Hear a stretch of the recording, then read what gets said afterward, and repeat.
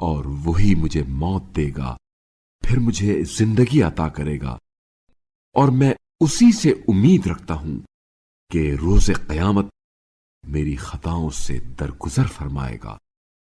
پروردگارا، مجھے حکمت عطا کر اور صالحین میں شامل فرما، اور آنے والوں میں مجھے حقیقی ذکر جمیل عطا فرما، اور مجھے نعمتوں والی جنت کے وارثوں میں قرار دے، اور میرے باپ چچا کو بخش دے کیونکہ وہ گمراہوں میں سے ہے، اور مجھے اس روز رسوا نہ کرنا جب لوگ دوبارہ اٹھائے جائیں گے۔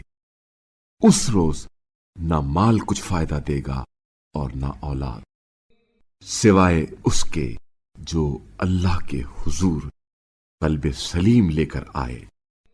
اس روز جنت پرہیزگاروں کے نزدیک لائی جائے گی۔